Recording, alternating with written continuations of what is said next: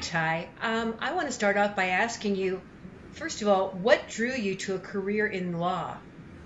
I've always been someone who really cared about what was going on in the community and cared about how you could help other people. And the more I advanced in my education and the different experiences I had led me to believe that being an attorney really was a way that you could actually help people and engage with people for the greater good, the overall social cause, as well as the individual and helping them actually impact and improve their day-to-day life. I know you're involved in a lot of, and always have been actually, involved in a lot of very worthwhile charities and social organizations that help the community.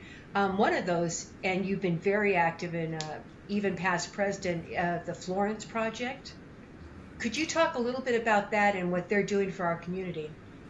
Sure. So the Florence Immigrant and Refugee Rights Project is the only organization in Arizona that provides pro bono legal and social services to immigrant adults and children who are detained in Arizona. And so I originally was drawn to that, was actually providing pro bono legal representation to immigrants who were seeking refugee status in the United States. And obviously that's very emotional work and very important work.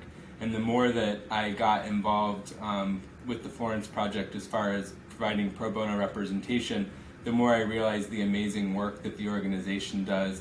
And I was able to eventually join the board and give back as far as helping with the overall strategy and sort of steering the organization through the changes that occur in immigration so we could help as many people as we could. Actually, from what we've talked about prior, your work with immigrants actually dates back to even before you were in law school. You were still an undergraduate, is that correct? Can you tell us about that? I was really fortunate. I was an undergrad student at Boston College, and being in a city like Boston, you have the ability to have so many different experiences. And what I was able to do during my undergraduate education was intern for Senator Ted Kennedy in his Boston district office. And that was such rewarding work because I was working specifically on immigration constituent services with one of his longest standing staff members who was just so incredibly compassionate and dedicated to the immigrants who would call Senator Kennedy's office that lived within Massachusetts and were really needing red tape cut through. They might have a case that had been pending and processing for way too long, for example, in United States Citizenship and Immigration Services. And that's when we would step in and see, is there anything we can do on behalf of this constituent of the senators to help move their case along and process it in a way that they can either come to the United States on a visitor visa or receive humanitarian parole because they had a medical emergency. But there was really a human component to being able to help them in that way. And then obviously just the privilege of being able to work for someone like Senator Kennedy. I mean, he's an idol as far as labor rights go and the work that I do now, and certainly someone that did always pride himself on, the human aspect and the dignity of helping his constituents. It was just such an honor. What drew you to employment law specifically?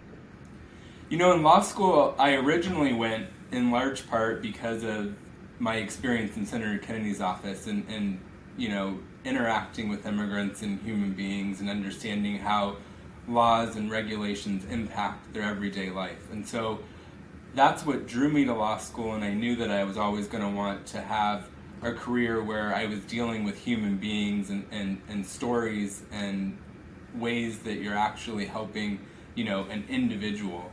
And so in law school, I took lots of courses geared toward sort of figuring that out. I took courses in immigration law and human rights, and then I took a number of courses in employment law.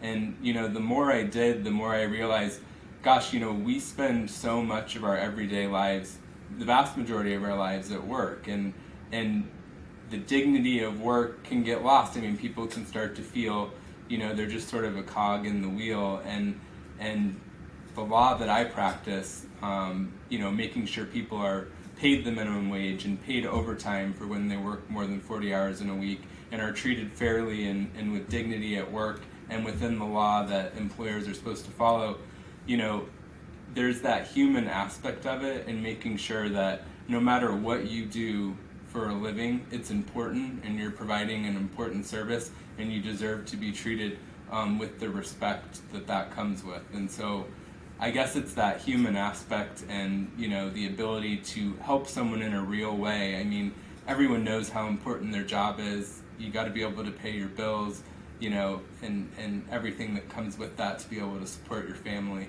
And so being able to help people in that regard, when you spend as much time doing what we do, at least at the end of the day, I really feel good about it.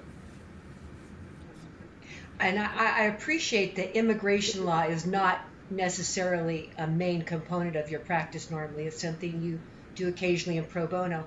But isn't it true that there's a lot of intersection between your employment law and specifically immigrants?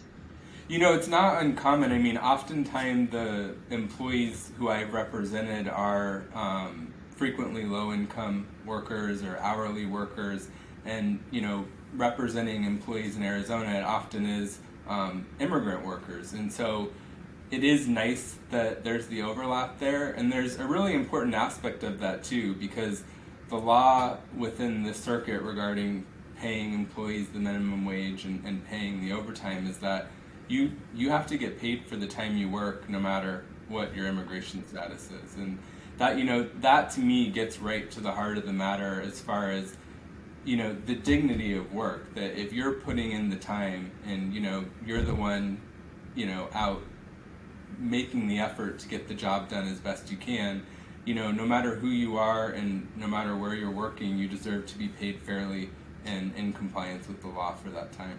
Can you tell us a little bit about what Ty is like outside of the office? Gosh, I don't know if that's different from me inside the office. I mean, I would say I'm a pretty intense person. I have strong views and want to, make sure there's justice probably no matter what the situation is. But it's not to say, obviously like anybody, I can have fun. I love hot yoga. I love spending time with my family and friends. I have 3 dogs that make me laugh, and I'm definitely a total pushover when it comes to the dogs. They get away with whatever they want, but I just try to do the right thing just like I do at work, and in the meantime hike and have outlets like that allow me to have fun outside of work as well.